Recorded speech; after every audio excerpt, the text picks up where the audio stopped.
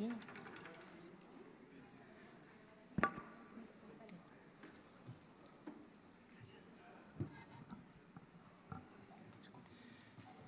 Buenos dias. I've been coming to South America for about 3 years now. My Spanish is still pretty bad, so I hope you'll bear with me as I speak in English for the presentation. I'm going to give an quick overview of Baker Hughes and how we support the LNG industry, and then move on to control valves, which is my specialty, and discuss how we use control valve theory to choose the right control valve for specific applications. So Baker Hughes was always known as a drilling and gas services company, oil and gas services company. We've really transitioned over the past 10 years to be more of an energy service company, where we are able to supply and advise all types of energy producers, whether it's conventional or a lot of the new energy transition that's been going on. We are a large company, $20 billion company, 55,000 employees, and we are located in over 120 countries to service our customers. So we are very spread out and localized to where our customer base is. We're broken up into 8 different divisions to supply the energy industry, but specifically for LNG, we have our gas technology division, which is gas compressors and turbines and that side of the business.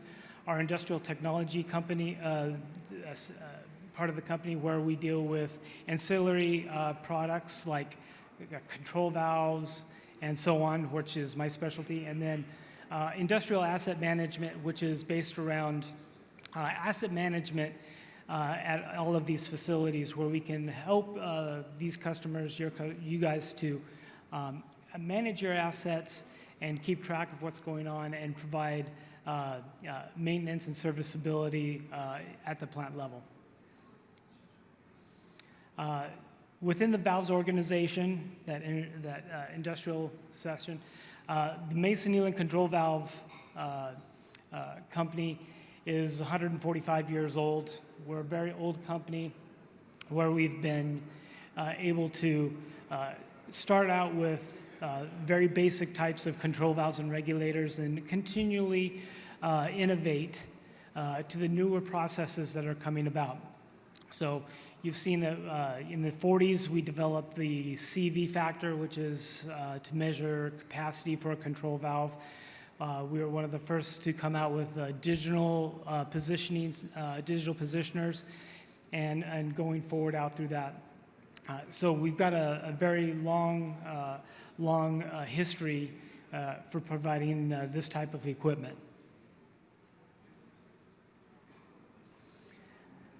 Because we are a global company, we have facilities throughout the world.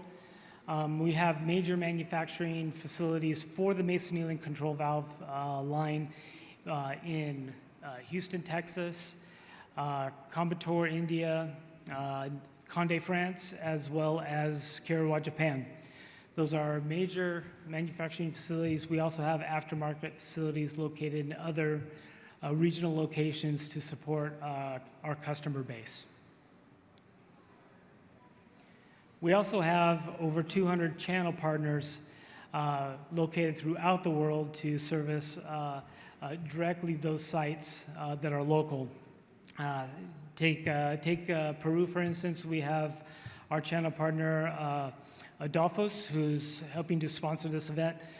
They have a location here in Lima. They also cover Bolivia as well as Central America. So from a channel partner standpoint, they have localized personnel in all of those areas to cover the plant sites. That is our model going forward globally. So let's talk a little bit about Mason-Ealing control valves. Again, we're a 145-year-old company.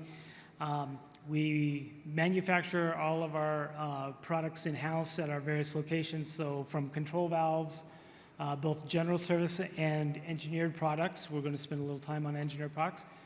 Accessories like actuation, level controls, and other accessories, we also manufacture those in-house.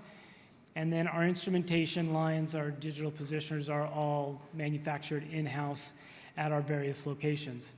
So we keep control over all of our product lines. We're able to be flexible and faster in those areas. As far as scope of supply, when we talk about control valves, Mason-Eland has the widest breadth of scope of any manufacturer, because we have not just general service control valves, we also have a complete engineered product line. That engineered product line has been developed over the last 40, 50, 60 years to specific processes, specific applications. So where some valves may be specified or designed for one or two different applications, very low volume, but they are specified or specific to those applications and provide the best performance for those applications. And we use that model to make decisions on appropriate valve choices by understanding those processes. Our digital platform, we were one of the first manufacturers to come out with digital positioning systems. So positioner using heart or field bus as the control signal to actuate the valve. This product line actually integrates into our full valve lifecycle management philosophy of cradle to grave with a valve.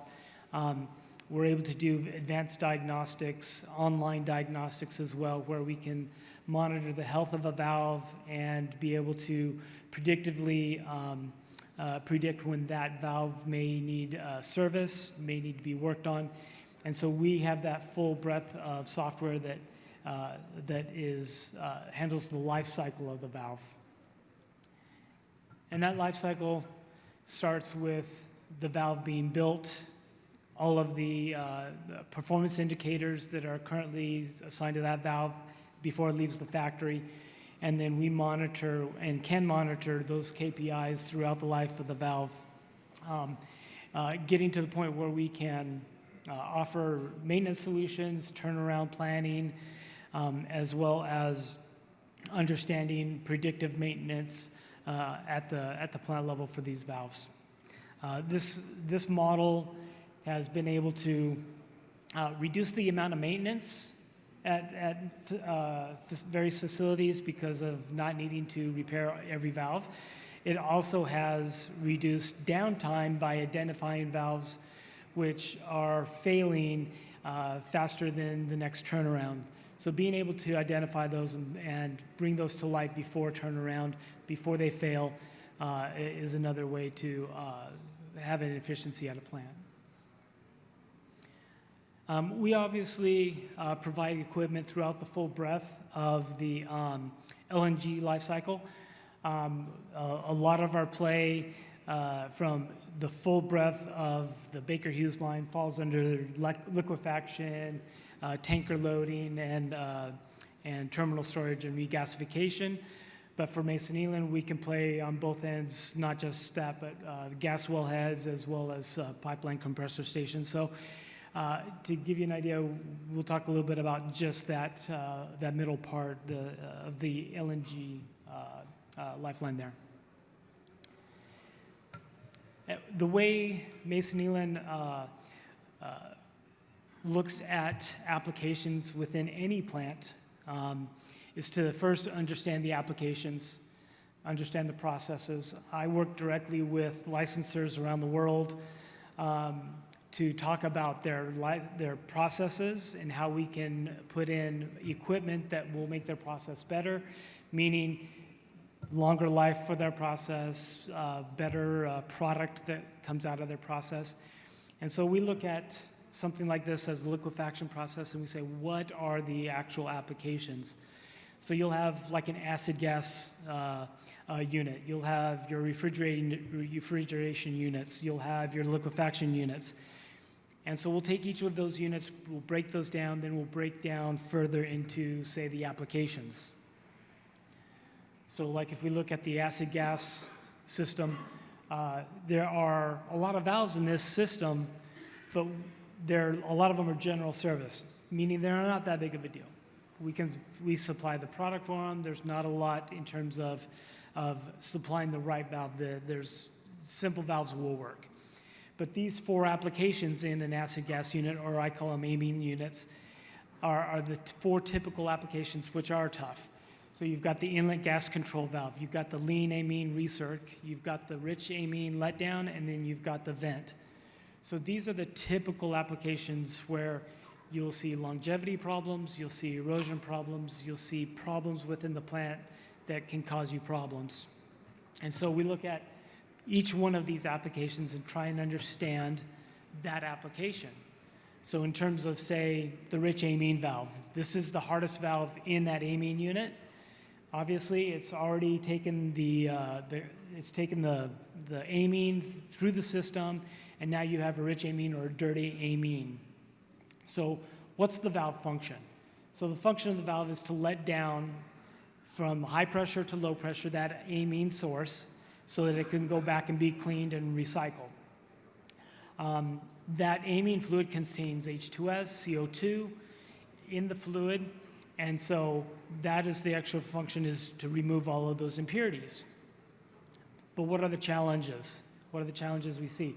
This is a high pressure drop application. Going from a high pressure source to a low pressure source, you have a large pressure drop. Because that, you'll see off-gassing that can occur. You'll see vibration that occurs because of the off-gassing. And you'll have gas expansion. As you reduce pressure, the gas expands. You'll have cavitation.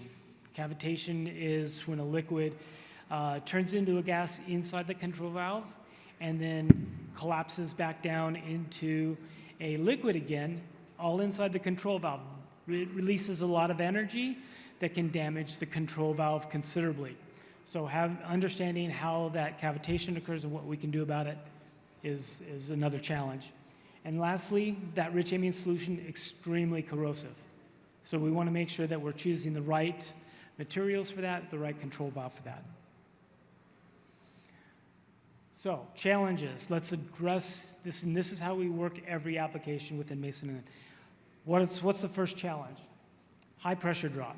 So when you have a high pressure drop application, and we're not talking 300 or 400 PSI, we're talking 1,000 PSI, 1,500 PSI, 2,000 PSI and higher, you want to take that letdown of pressure in stages. So take it down into smaller stages. It does a few things. It reduces the velocities inside the control valve, and it controls the pressure drop through so that you're releasing the energy in smaller amounts. So that's what we want to do there. How do we deal with off-gassing, entrained gas, and the gas expansion? You want to have a trim, the internals of the valve, that are designed such that it's an expanding area inside the control valve. So you want to make sure that as the fluid goes through, that the trim is expanding, the valve is expanding to allow that gas to expand. That way you reduce the velocities within the control valve. Okay? The next is cavitation. So cavitation is one of those phenomena we could really solve. We can do things like brute force, containment, but we choose to eliminate the cavitation completely. In that case, what we are doing is not allowing the fluid to go below the vapor pressure of that fluid. It eliminates cavitation completely. You don't even have that as a problem. And then lastly, corrosive fluid. We want to maintain the right materials. You will not see standard materials here. You'll not see standard NACE materials, say, in this application. We are using duplex stainless steels. We're using Inconels that are hardened so that we can eliminate all the corrosive damage that was going to occur from that application, from that fluid. And so when we design a valve, we'll design it for these, all of these things. You know, one of the valve solutions that we have is what we call our Lincoln log valve. It's a multi-stage pressure letdown valve. We can make it out of whatever materials we want. and it has a slight expanding trim to allow for that off-gassing and the reduction of velocities to occur. So that's really how we look at that one application. Again, we have valve solutions for other applications as well, whether it's cryogenic applications, whether it's extreme off-gassing applications where we need even more trim expansion in the valve. We have anti-surge and recycle applications for compressors.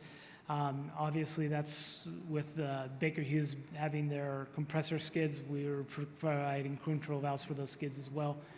And so, again, we're looking at applications, understanding applications, and then using the understanding of those applications to choose the right control valve solution for those applications. Okay. Feel free to look us up. I'll be here the rest of the day. I really appreciate everybody's attendance. I appreciate you guys allowing me to talk a little bit about masonry and control valves. And I hope you guys have a great day.